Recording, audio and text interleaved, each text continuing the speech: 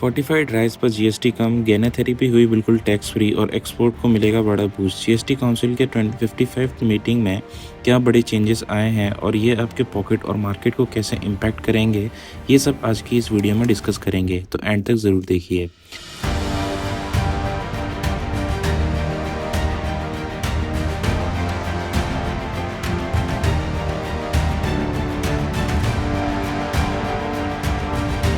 पहला अपडेट है fortified rice corner पे अब इन पर सिर्फ 5% जीएसटी लगेगा, जो nutrition based rice distribution programme और लो कॉस्ट फूड चेन के लिए एक बड़ी रिलीफ है। इसके साथ ही गैना थेरेपी को जीएसटी से पूरी तरह एग्जेम्प्ट कर दिया गया है, जो एडवांस मेडिकल ट्रीटमेंट पेशेंट के लिए एक ह्यूज फाइनेंशियल रिलीफ है। इसका इम्पैक्ट ये होगा स्टॉक मार्केट पे कि फोर्टिफाइड राइस के लिए कंपनीज जैसे एलटी फूड और केआरबीएल लिमिटेड की डिमांड बढ़ सकती है। गैना थेरेपी के एग्जम्पशन से फार्मा जाइंट्स जैसे बायोकॉन और सन फार्मा इनडायरेक्टली बेनिफिट कर सकते हैं। 50% फ्लाई ऐश वाले एसीसी ब्लॉक पर अब 12% जीएसटी लगेगा। ये डिसीजन ना सिर्फ इको फ्रेंडली कंस्ट्रक्शन को प्रमोट करेगा, बल्कि डेवलपर्स और कॉन्ट्रैक्टर्स के लिए भी एक कॉस्ट सेविंग मेजर है। स्टॉक मार्केट पे इसका ये इम्पैक्ट होगा कि building material companies like NLC industries, HIL limited और विसाका इंडस्ट्रीज पर पॉजिटिव इफेक्ट होने की उम्मीद है। रियल एस्टेट कंपनीज जैसे डीएलएफ और गोदरेज प्रॉपर्टीज भी इसे इनडायरेक्टली बेनिफिट कर सकते हैं। अब बात करते हैं एक्सपोर्ट और डिफेंस सेक्टर की। मर्चेंट एक्सपोर्टर्स के लिए कंपनसेशन सेस सिर्फ 0.1% कर दिया गया है, जो इंडिया की एक्सपोर्ट कॉम्पिटिटिवनेस को बूस्ट करेगा। साथ ही सरफेस टू एयर मिसाइल पर आईजीएसटी एग्जम्पशन एक्सटेंड कर दिया गया है। स्टॉक मार्केट पर यह इम्पैक्ट होगा कि एक्सपोर्ट फोकस्ड स्टॉक जैसे टाटा एलेक्सी और वेलस्पून इंडिया की प्रॉफिटेबिलिटी बढ़ने की उम्मीद है।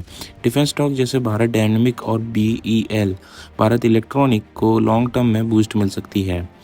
अब जीएसटी काउंसिल ने स्मॉल बिजनेसेस के लिए एक बड़ा डिसीजन लिया है। पेमेंट एग्रीगेटर्स पर ₹2000 से नीचे के ट्रांजैक्शन जीएसटी फ्री कर दिए गए हैं और एक इम्पॉर्टेंट क्लैरिफिकेशन दिया गया है कि second hand electric vehicles EV individual sale पर जीएसटी नहीं लगेगा। पेमेंट एग्रीगेशन जैसे पेमेंट और रेजर पे के ग्रोथ को स्पीड मिल सकती है। ईवी मैन्युफैक्चरर जैसे टाटा मोटर्स और महिंद्रा इलेक्ट्रिक के लिए रीसेल मार्केट के प्रोस्पेक्ट बढ़ सकते हैं। कुछ डिसीजन को फिलहाल डिफर कर दिया गया है, जैसे हेल्थ इंश्योरेंस पर जीएसटी रेट कम करने का। एविएशन टरबाइन फ्यूल एटीएफ को भी जीएसटी के अंदर नहीं लाया गया है, जो एयरलाइन इंडस्ट्रीज के लिए एक डिसअपॉइंटमेंट है। स्टॉक मार्केट पर यह इम्पैक्ट होगा कि इंश्योरेंस स्टॉक जैसे कि आईसीआईसीआई लोम्बार्ड और स्टार हेल्थ के लिए इमीडिएट रिलीफ नहीं मिलेगा। एयरलाइन जैसे इंडिगो और स्पाइसजेट की कॉस्ट स्ट्रक्चर पर भी कोई इम्प्रूवमेंट नहीं होगा। अब बात करते हैं, जीएसटी काउंसिल ने रजिस्ट्रेशन प्रोसेस को सिंप्लीफाई करने का कॉन्सेप्ट अप्रूव कर दिया है और यूज्ड कार और ईवी सेल्स के लिए मार्जिन बेस्ड जीएसटी का स्ट्रक्चर लाया है। ये स्टेप्स स्मॉल बिजनेसेस और इंडिविजुअल्स के लिए ईज ऑफ डूइंग बिजनेस बढ़ाएंगे। स्टॉक मार्केट पर इम्पैक्ट होगा कि स्मॉल कैप फोकस्ड कंपनीज और यूज्ड कार प्लेटफॉर्म जैसे कार्स 24 और महिंद्रा फर्स्ट चॉइस की ग्रोथ को पुश मिलेगा। तो दोस्तों, ये थे 55th जीएसटी काउंसिल मीटिंग के की हाइलाइट्स और उनका एनालिसिस किया। आपको क्या लगता है कि इन चेंजेस से इंडिया की इकोनॉमी और स्टॉक मार्केट को लॉन्ग टर्म बेनिफिट मिलेगा?